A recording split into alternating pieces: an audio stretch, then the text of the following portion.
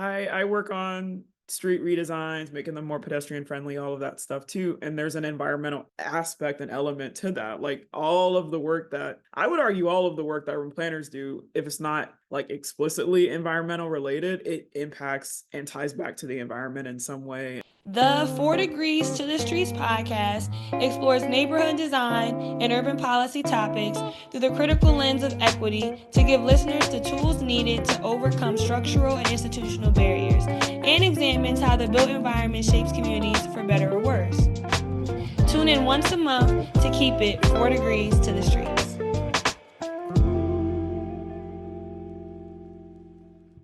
Hey y'all, it's Jasmine. Welcome back to the 4 Degrees to the Streets podcast. How is everything going? I'm so excited for today's conversation because I have a special guest with me waiting, Brittany Simmons. You guys probably know Brittany as Sign Brit on Instagram and on TikTok. Hi Brittany, how are you? Excited to be here. I'm excited to have you. I'm going to get going and read Brittany's bio before we jump into the conversation. Brittany Simmons is a Detroit-based urban planner and storyteller who leads place-based, community-driven strategies to create more livable and equitable, vibrant cities. With experience in both New York and Detroit, she brings a creative, interdisciplinary lens to urban planning, rooted in a deep understanding of people, place, and culture. Brittany's expertise in community engagement ensures that local voices are centered at every stage of planning and development. Beyond her professional practice, she is also a content creator who shares insights on urban planning and city life, making the field more accessible and inspiring new conversations about the future of our cities. Brittany, it is so great to have you on the podcast. Welcome. Thanks for having me. I'm excited to talk to you. Brittany's being super humble in her bio, so I'll just put out that information there. On TikTok, she has 76,000 followers, and on Instagram, she has over 55,000 followers. So I'm excited to talk to her because she's been inspiring literally a whole generation of people to look at cities and urban planning with a more critical lens. And so I'm really excited to have this conversation with you, Brittany. That's so sweet. I'm excited to be here with you. We're going to be talking about environmental justice. The title of this episode is The Planning Alphabet, the letter E. Brittany, this episode is part of a series that you're doing on your Substack blog. And so I want to give you the opportunity to talk about how you came up with this concept of the planning alphabet. Thank you. Yeah, I have a blog or a Substack called For the City Girls, and one of the first series that I did on there was I titled it "The Planning Alphabet" because I figured I don't know if there's anything more simple than going back to the basics with the alphabet. And so it just seemed like a fun way to present this information that might seem a little bit random because it's like random words that I'm picking, but it's based on the order of the alphabet. So it's going well so far, and I'm excited to do like a podcast episode on one of the letters. And that Substack title is For the City Girls. Again, if you're looking for, you'll find. To that point of this topic, environmental justice is something that has come up on the podcast a few different times. The issue of environmental justice is a theme throughout urban planning. And so I'm really excited to have a conversation dedicated just to that. And so I'll turn it over to Brittany just to give us some definitions of environmental justice as we've seen it across the field. Yeah, so I did some research just to see how different entities or organizations are thinking about environmental justice. And so I started first with the EPA, or the US Environmental Protection Agency, where they define it as environmental justice is the fair treatment and meaningful involvement of all people, regardless of race, color, national origin, or income, with respect to the development, implementation, and enforcement of environmental laws, regulations, and policies. So that kind of set the tone for how I was, when I was looking for the definitions, like, okay, so this is what the government thinks, which is by no means an end all be all for anyone. But then I found Robert, and forgive me if I say his name wrong, but Robert Bullard, who's considered the father of environmental justice. where he defined it as environmental justice embraces the principle that all people and communities are entitled to equal protection of environmental and public health laws and regulations. So kind of broadening it a bit. And then if you kind of go more towards like how people who are advocates or at the grassroots level, they think of it as the right of all people to live, work, and play in a clean and healthy environment, regardless of race, class, gender, or geography. And to me, that framing sounds more of what you might hear a planner say. Just that live, work, and play, I think is something we say all the time. And then just to go kind of outside of the US scope, I pulled the United Nations definition. Environmental justice refers to the fair distribution of environmental benefits and burdens across all populations, ensuring that marginalized groups are not disproportionately affected by environmental degradation or excluded from environmental benefits. And so I think even just from these few definitions, the way people define environmental justice, it really depends on where they're coming from and what they care the most about. So for a governmental agency like the EPA, they might focus more on the process and like by law what's required and that kind of thing. But activists and maybe scholars, they're going to see it more as a civil rights issue and pointing to how race, class, systemic inequality shape the built environment, which ties back to the environmental justice. So is this like the definitions differ, but they all kind of speak to the big idea of like who holds powers, who kind of takes the brunt of the burden, and what justice looks like in the space of the environment and the built environment and how it affects us all. If you're thinking about how you would approach environmental justice, do you have a side that you feel like you lean more towards? I definitely see it as a civil rights issue, but I guess I would lean most towards the grassroots definition, just because of that live, work, play. And it's like, I think some people think of the environment as like this thing that lives in its own, I don't know, silo. When in actuality, it impacts all of our lives. Like if something happens, and I know we're going to get into examples and stuff later, but like if there's an explosion at a factory, that impacts everybody in that neighborhood, and it's not going to just be like, oh well, like we can't breathe today. Like no, actually, that's a really big deal. Um, and I think we kind of see instances of that in our day-to-day lives with the fires in LA. And there was something that happened in New York a few years ago that just like ruined the air quality for days, if not weeks. So yeah, there are definitely like long-standing impacts of these things that some people may refuse to believe exist and happen.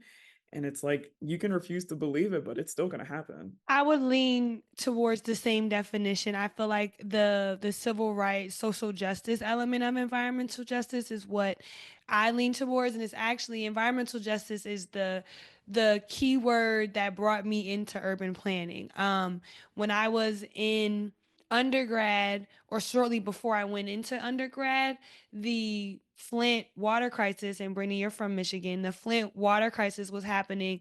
It might have been my first time seeing what seemed to me like blatant environmental racism, where it's like, so you have racism, right? Discrimination in jobs, discrimination in housing.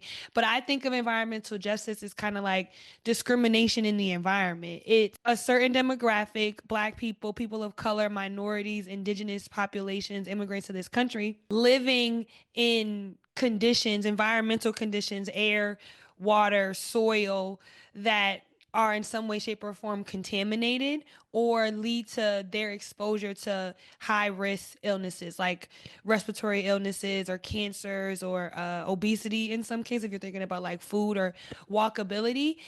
What a powerful thing to launch you into planning.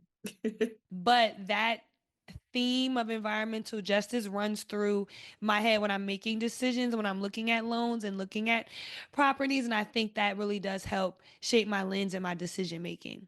Absolutely, it does. I feel like there are a lot of planners who might not work in the space that push them to planning, but it's still informing all of the work that they're doing. And now you have these planners who are thinking about these very niche areas that are just enriching their work and, hopefully having the impact that they hope to in the places they work. Absolutely. I think, and it's interesting you use the EPA's definition first.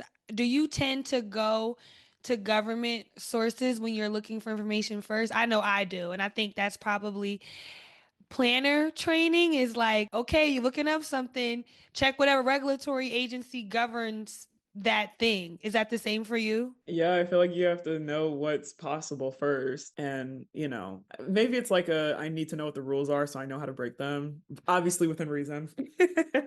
But yeah, I like to start with the government first, and then I'll look to local entities to see what they're doing and how they're thinking. Cause I don't know, I just tend to lean more towards what's happening at the grassroots level because I bet I agree with them. We did a similar conversation on environmental justice pretty early on in the podcast. I'd say probably season one when we were having our history of racism in the built environment episode. And there were tons of EPA sites and literally some of them that I went back and clicked on 404, like complete web pages with just information gone from the site. And for the environmental justice screen we'll talk about is gone. That was a government tool that you could use to measure different factors, erased from the government. And it's like, I don't understand. It's information. What's so bad about information? But that focus on the process that you saw in the EPA's definition, right? The fair treatment and meaningful involvement of all people does come from the civil rights bill of the 60s, and that kind of is the foundation of how we get environmental justice law and environmental justice policy in the United States. It comes out of Title VI of the Civil Rights Act, which prohibits recipients of federal financial assistance from discriminating on the basis of race, color, national origin, including limited English proficiency in their programs or activities. And so that focus on the federal financial assistance is important because it applies to any entity that receives federal assistance from the government. So that could be a university, it could be a nonprofit, it could be in the form of a grant or in the form of a loan.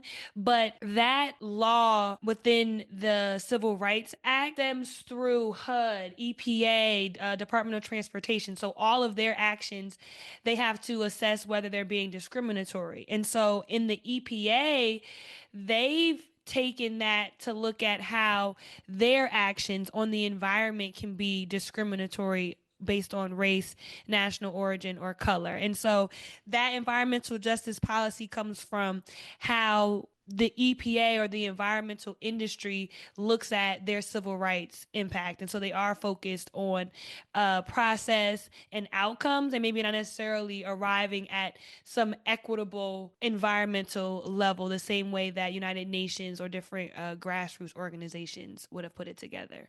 Back to your first point about just all of this information being scrubbed from the internet and just how much this administration is impacting the work of planners and just like other folks who work in the built environment. It's even down to the words that we're able to use in the work that we do, and then the reports that we write, and anything that's like public facing for the sake of documentation of these projects, not being able to use words like pedestrian or cyclist or equitable or disadvantaged or all of these words that I guess would be thrown under DEI somehow, and just like limiting speech and language when it's like we're just doing work to improve environments for communities. It's not this big scary thing. It's just like I want it to be safer for you to exist in the neighborhood that you love. So it's all insane.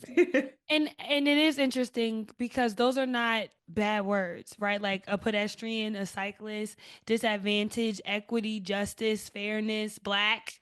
The word black people is not a bad it's not a bad word. And it is interesting to see, and and I'm glad you brought it up about how it makes work more difficult, because there are a lot of organizations who might have been doing environmental justice work under an EPA funded grant or program that is no longer. And we'll get into what environmental justice examples are. Maybe let's just go there now, because I think it's important to provide people with that context of what some of the cases of environmental justice looks like. And so I think for me, I see two kind of examples. You have like point in time dumping or pollution, right? That might be like a landfill or a waste treatment facility. And then you have kind of built environment level or policy or systems levels of environmental injustice, which might be a food desert or like highways. I think in Detroit, there are a lot of cases of both. But I did a program in college called Semester in Detroit. And so we spent the semester in Detroit. You had the choice of taking like an environmental justice class or like a creative writing class. Not unfortunately, but I took the creative writing class. But we also took classes about the city of Detroit and history and like community organizing and all of that stuff. And one of those classes took us to zip code 48217, which is Michigan's most polluted zip code. And they have the Marathon refinery, so Marathon Gas, the refinery there. And I can see it from my apartment, and like you just see flames like throughout the night and all that stuff. It is a predominantly Black area, and they suffer from disproportionate high rates of asthma, cancer, brain damage that are all tied to air pollution from the refinery. And so for years, they've tried to, like, even back in 2016, and I'm sure still now, they've tried to force, they've been fighting Marathon to buy out their homes so that they can move, which hasn't been successful. And so I would consider that a pointed case of environmental injustice. And there's so many instances of that, right? And that takes me back to one of the early lawsuits in environmental justice, which was in North Carolina, Warren County, North Carolina. This is in the 80s. And so we had that Civil Rights Act. It hadn't necessarily been applied yet to the environment, but there's a community in Afton, if I think I'm saying the name right, North Carolina, where they already had a landfill and they were receiving a lot of that region's waste. I want to say Warren County is outside of like the Raleigh Durham area, but my North Carolina people will correct me if I'm wrong. And then there was an initiative, or there was a decision by the government of North Carolina that landfill in their town was also going to hold toxic waste. And so the residents protested and demonstrated, and ultimately lost the battle of not having toxic waste in that landfill. But that kicked off national research into what actually is environmental justice and in what way, shape, or form is the location of factories or oil refineries or gas polluting entities in neighborhoods, especially in their residential areas, impacting on our health. So you bring up Detroit, but I think of places in California, I think of places in New Jersey, New York, Atlanta. So they're pointed in the sense that there's one polluter, right, that's causing this issue, or a series of polluters, but they are all across the country, unfortunately. I just wanted to bring that up because that was a very early instance, and is thought of as being one of the first kind of legal battles of environmental justice on display that began to put out a lot of the research that we started to see on the linking between pollution, racism, and health outcomes. Definitely helpful context I feel like you took me back to like planning school with like, okay, but where's the legal case? um, but thank you for the context.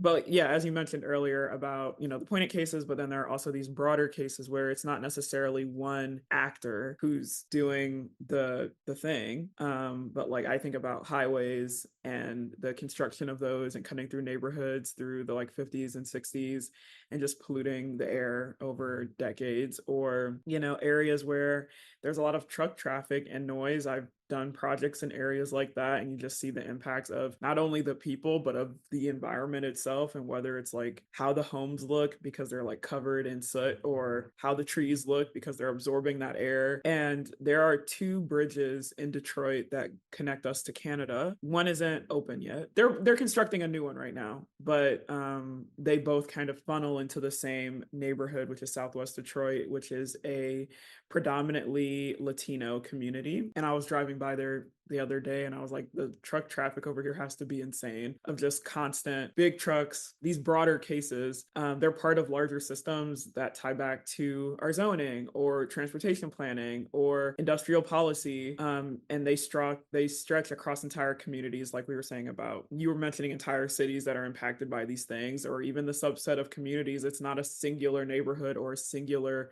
household. They are entire, like very large geographical areas. And so it might be harder to pinpoint the actor, but it's just as damaging. And in many ways, it can be, I hate to say more damaging, but harder for sure to solve, right? If you have a industry that is in your backyard, in some cases literally, you know who the actor is, right? You see the person dumping, you see the smokestack.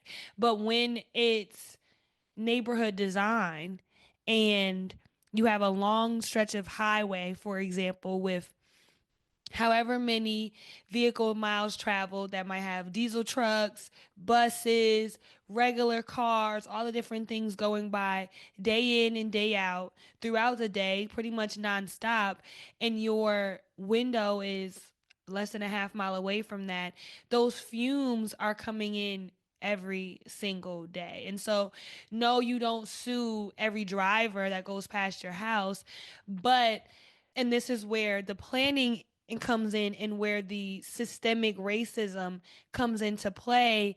It's the citing of the highway, right? And the decision to say, throughout the National Highway Act, the Federal Highway Act, here's the black neighborhood, here's the Latino neighborhood, here's the indigenous neighborhood, here's the immigrant community. We're going to build the highway through here because the land is cheaper, because the people are seen to be less valuable. And so then their land and ultimately their neighborhood is financially marketed or determined to be less valuable. The ending result of that, one, is the loss of homes, right? The loss of their community. You see so many images of where the highway was and where the shops were, and they're completely gone, and creates this big gap between the neighborhood. The consequence also is, if that's being done across the city, is that also discrimination? Are you discriminating against this group of people because you're subjecting them, or they're carrying the burden of living in the area's industrial zone or living in that city's most busy highway corridor? I also think of it from a transportation perspective, not just the presence of hazardous uses, right, like a highway and all the not the gases that come through there, but the absence of good things like bike lanes or parks or green spaces that would absorb those lands. And so many communities are burdened by, they're overburdened with polluting resources and under supplied with the things that combat those, like parks or forest land or open space, to kind of absorb some of that pollution. So it's both discrimination in the sense of like overburden, but also discrimination in the lack of positive things as well. It's awful because it seems cyclical in a way. It's like, well, this wasn't a high priority area 60, 70 years ago, and it's not a high priority area now. Why would we invest? And I mean, you would know, real estate lady, but why would we invest in, why would we open our wallet to pay for bike lanes and green spaces when we didn't care then and we don't care now? Which obviously is a terrible way to develop and to think about cities. And maybe you shouldn't work in this field if that's how you feel. And obviously there are people who don't work in our field who shape the built environment, but it always seems cyclical when I feel like, well, at least when I think about urban planning, that's how I feel. It is cyclical, right? You have a neighborhood that was thriving, but it didn't look the way that it was supposed to, right? Because in many of these places that were considered to be slums, let's just take the highways while we're on that example and let's stick with it.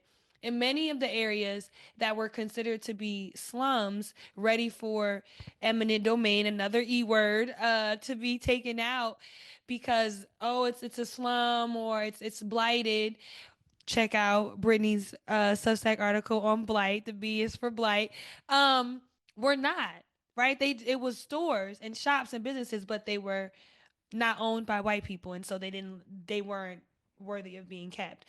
Then you have the highway. Now you have neighbor separation. Now the neighborhood is actually blighted because the highway, we all know highways contribute to blight. Cars pulled over on the side of the road. They create underpasses and overpasses that lead to dark spaces and dead zones. Like all these different things actually contribute to blight from the highway. And now you have a community who's been living in the airways of this highway for the last 5-6 decades. Then you don't have the investment in the pedestrian landscape or the public or the built environment landscape. They might also be food deserts. And so it's like every single thing on top of the other. I think the example that comes to mind for me, of a community that's working or trying to no longer have to deal with their environmental justice issues is in Brooklyn. The Brooklyn Queens Expressways, the version, it's the extension of Interstate 278 that goes through New York. So when you get off the Verrazano Bridge, you end on 278 and you ride through Brooklyn and Queens. And that neighborhood has been working on funding to cover the BQE, the Brooklyn Queens Expressway, with a park.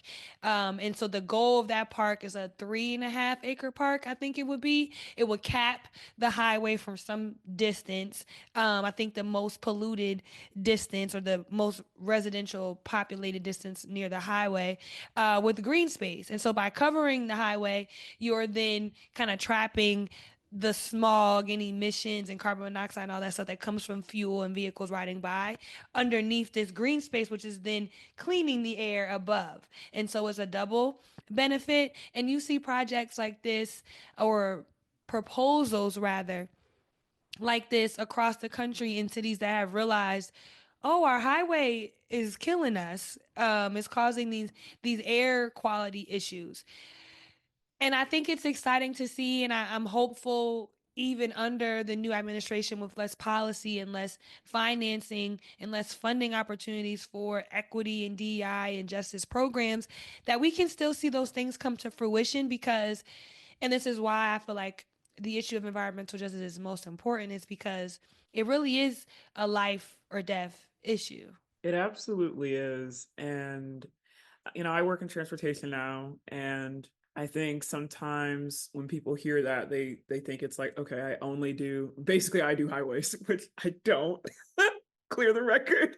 But like I work on street redesigns, making them more pedestrian friendly, all of that stuff too. And there's an environmental aspect and element to that. Like all of the work that I would argue all of the work that urban planners do, if it's not like explicitly environmental related, it impacts and ties back to the environment in some way. And yeah, we all have to be mindful of that because we live here and play here and work here and all that stuff. And transportation planners in particular have been doing a lot of environmental justice work through their long range transportation plan requirement and the capital plan requirement. A lot of those, and I want to say it comes from NEPA, but it also might come from some of the different transportation acts that came out under the Obama administration.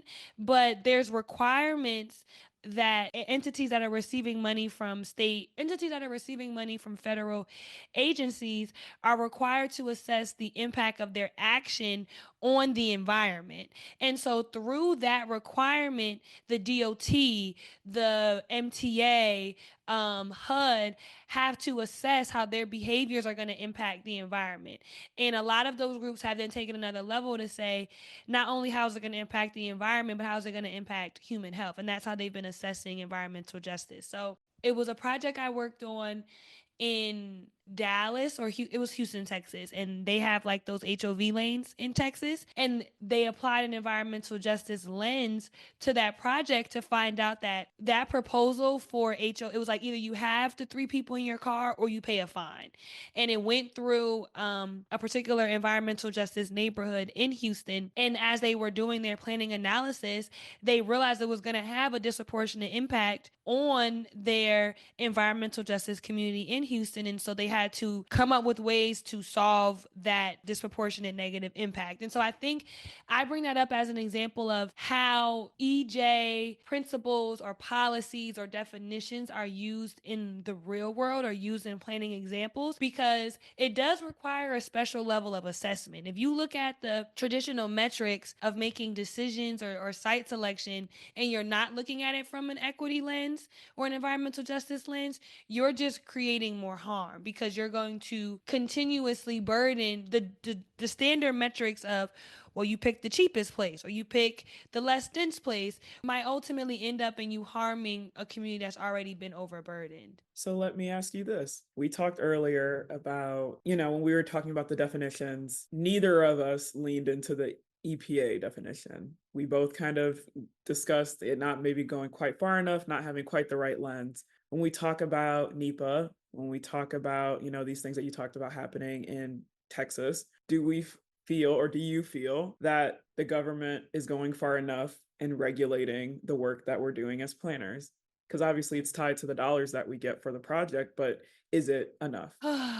Brittany. Are you ready to write a thesis on it? I am not ready to write my thesis on it, but I have an opinion. And my thought process is that analysis wise, I think we have the tools that we need to understand our impact, right? I think we can assess the crap out of a problem. I don't know if we have the ability to then pivot and when we look at the answer to our assessment and realize that there's going to be a negative impact, to be willing to scrap that plan or revise it in a way that it is equitable. We might come up with an option for someone who has a lower income, but are we going to are we willing? I don't know if we've reached a point where we're willing to not do something because it's going to be inequitable, if that's what I mean. I think we reached the point where we can assess something and say that's going to have a disproportionate impact. I don't know if we've then been able to say, and because of it, we're not going to do it. We might tweak it ever so slightly, but I don't know if we've reached a point where we're going to say, nope, that's a bad decision because it's inequitable. I agree with you. I feel like you have to have the right planners in the room to even acknowledge, yeah, that's not equitable. Not even the fact we're not going to do it. Yeah, that's not equitable. And then I think you're right. A lot of planners or, decision makers, whatever, would say, let's tweak it just a little bit, just enough to get the money we need to make the project happen, as opposed to like, we actually need to start over. Because I mean, I've done a few projects with NEPA or, where there was a NEPA requirement. The engineers, if I'm not mistaken, handle that part. And I'm not sure if they, how they do that analysis or how they're making those decisions or what they would do if in the case it's not equitable, and what does that conversation and discussion look like? Are the planners involved? And it's not to say that like inherently planners are more mindful than engineers. I would like to think we are. But I just, who knows? I don't even know where in the project NEPA falls. If it's at the end, it's not going to happen. I fear. Yeah, and NEPA is something that we can definitely have another podcast episode on. So y'all let me know because NEPA is the National Environmental Policy Act, and it sets the standard for how federal decisions and decisions that receive federal dollars impact the environment. And a piece of it has a equity and justice lens. And I've worked on a few projects with NEPA also. And it does happen early and I think that's exactly what I was thinking of is like often we'll discover that the project's going to have this negative either environmental impact or negative equity impact. And instead of us being willing to say, we're not going to do it because of these reasons, we continue down that road because the other reasons, maybe it's money, right? How many tolls can we collect? How much revenue can we collect? Maybe it's political desire. The mayor wants this and it's on his or her ticket and they want to run on their campaign for next year for reelection. Maybe it's some other reason, but those are prioritized over equity and environment, other E words. And I think that's where the issue comes into play. And I think the reason why is because we haven't yet appreciated the real issue with environmental justice. I would argue that when we focus on the impact on the environment, you're not going to get anyone that cares. I think we've at least shown in America that if it hurts the environment, that's really not our business. You know what I mean? Like, that's not a good enough reason to not do anything from as far as we can see across America's decisions. But I think it's important to remember that anything that impacts the environment impacts humans. We live on this planet. And so if you have polluted air, you have polluted water, you have polluted soil, that's like, oh, we're dumping we're dumping pollutants in the ocean. Oh, who cares? Well, we drink it. Maybe we don't drink ocean water, but it makes its way through our water sources, right? The air is polluted. We breathe that air. The soil is polluted. We eat the food that comes out of that soil. So then what does that mean for our health and our human our human body. And that to me is the entire point of environmental justice, is that it's discrimination that kills, right? So it's a form of discrimination that is a slow killer. And I can point to a few examples, and I'll take air as the biggest example. We've been on that for a while. If you think about outdoor air quality, that's critical to your respiratory and your mental health. So, vehicle emissions, emissions from factories, electricity generation, airplanes, industrial waste, like we talked about in the Detroit examples, these are all chemicals in the air. Wildfires, these are all chemicals in the air that we breathe. Those chemicals are ozone, gases like carbon dioxide, sulfur oxide, particulate matter. And these are already known in the public health world, in the medical field, to cause illnesses. Asthma, John Hopkins found if you live in an area with high exposure to particulate matter 2.5, you're more likely to have asthma even as a child. Heart disease, research from Harvard, and these will all be links in the show notes, found that living in areas with 2.5, particulate matter 2.5, are associated with hospitalizations for heart disease and heart failure, arrhythmias. And then the American Association for Cancer Research found the same thing, that it's associated with higher instances of cancer. And so, asthma, heart disease, cancer of all forms, right? Those are some pretty serious health issues that result from contaminated or polluted air. That to any human being is a problem. The environmental justice piece of it is that you have a group of people, Black people, people of color, indigenous persons, living with those burdens more than others.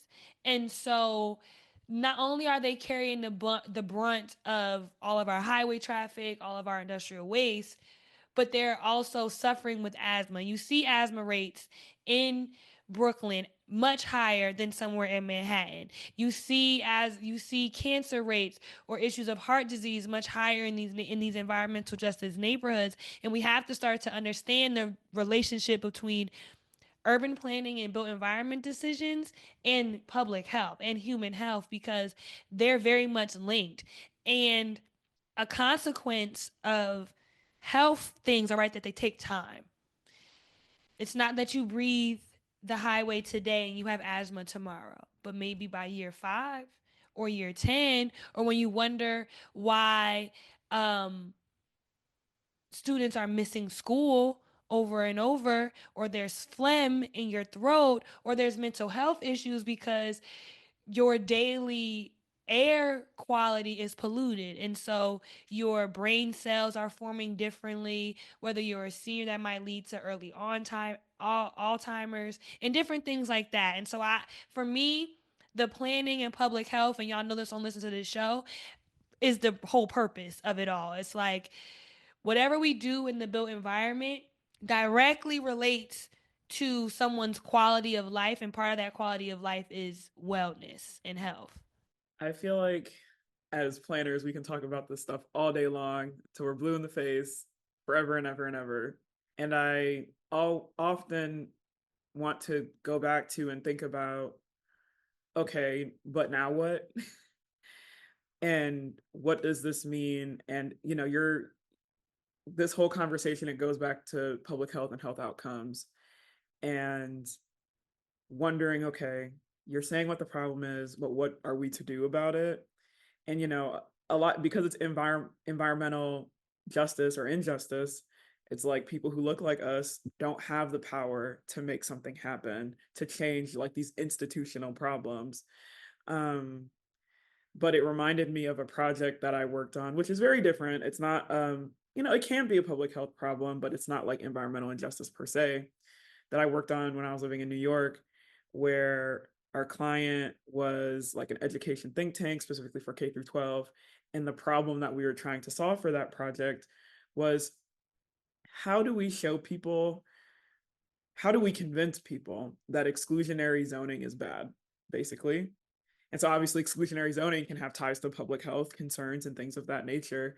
And so the whole study was just like doing interviews, doing surveys. What are the points that are making people tighten up when they think about dense housing or just multifamily housing or what have you? And I think the lesson from that can apply to the lesson for this of you have to make people care. And so these problems that we're talking about right now are mostly poor people, black and brown people. The people with power tend to not be those groups. How do we make people with the power care?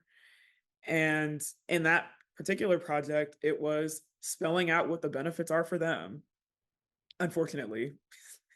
But it's like, you know, the if the mortgages and the rents are rising in the neighborhood that you live in, a middle-aged white man in Long Island, the only way to bring the price down, or one of the, proven ways to bring the price down, is to build more housing. Don't you want your son to eventually be able to live in the same neighborhood as you? And I hate that we have to play these games to get people to care about other people, but I feel like you have to apply that same thing to conversations in environmental justice, just as you would apply to conversations about transportation or conversations about green spaces and those things of just how do we make people care? What's the thing that's going to be so beyond convincing that you're going to say, yeah, I actually do need to do something. I need to vote differently. I need to go to public meetings. Like, I need to make my voice heard instead of being the person that they see the articles and they say, oh, that's really sad. How do we mobilize them? And so I don't know. This is something I always think about when I'm having conversations like this. And that's what makes you a great person and a great planner, because it's not just about here's the issue, I'm going to write it down, I'm going to talk about it. It's like, okay, and so how do we solve it? As we wrap up today's episode, I want to thank you, Brittany, for joining the conversation, for being an urban planning influencer on social media. And I'm going to just take a minute to ask you this question. I know you've been on different shows, but I want to ask your why. Why did you choose to start on TikTok, to start on Instagram, and making videos and content about city life and urban planning? Yeah, I mean, I didn't start on TikTok with the intent of doing that. And then, I had Instagram, but it was just like posting my random pictures just like everybody else. I randomly posted like a vlog of this is what I do at work and people took to it. I already knew from my own experience that urban planning wasn't super common just because I didn't know about it at the time. And so then when I started posting about it and like the rise of TikTok and all of that stuff, and it just kept getting attention and traction, it just seemed that like more people wanted to know more. And I don't know how often or common it is for people to want to actually know more, especially since everyone's saying our attention spans are getting shorter. But it just people took to it, and even if they weren't taking to it because they wanted to pursue it professionally, it meant a lot to see people take to it because they want to be more engaged in their local processes. And it's like to hear people say they're excited to go to a public meeting, I feel like that's unheard of in our field. So to see people want to do that, I want to give them the information they need to feel comfortable going, feel equipped going, and geek out about the things that us planners geek out about all the time. So it's been a journey and a joy. That's also like helped me tailor my messaging better when I'm at my own public meetings. So I encourage any and all planners who want to be on the internet to get on the internet and post things about their work because it'll help you with the work that you're doing professionally. And you'll probably connect with other cool planners and people who are just interested in the work that you're doing. And what I like about your profile is that it's just also fun. I mean, I think urban planning is fun just generally, but I think that you make the content super fun and super engaging. And so even if you're not like looking to learn more about urban planning or even looking to learn more about getting involved in your neighborhood, if you just like looking at pictures of cities and bike lanes and transit, there's a lot of people who are just, like kind of into the urban form. It's a really good platform. Sign Brit is a really great platform for that also. And so I'm really happy that you're in this space. And when someone first sent me your video, but I was already following you, I was like, I'm gonna have this girl on the show. Another Black girl planner with such a large influence. Definitely gotta have her on the show. So I'm so grateful for this collab episode to partner with you to talk about environmental justice, something that's really dear to my heart, and core to my thesis in urban planning. So thank you again for joining the show. Thank you for having me. It's a tough conversation, but I'm glad we got to have this together. Tell everyone again where they can find you on social media and all of your platforms before we sign off. Man, I'm Sign Brit on Instagram, TikTok, and Substack. Thank you all for listening to the 4 Degrees to the Streets podcast. We drop episodes once a month on the first Tuesday of every month. You can follow us on Instagram at the number 4 Degrees pod. You'll find this episode, you'll find the show notes, and in the show notes, you'll find the link to the Substack article where you can read about this topic of environmental justice. Also, peace out, y'all.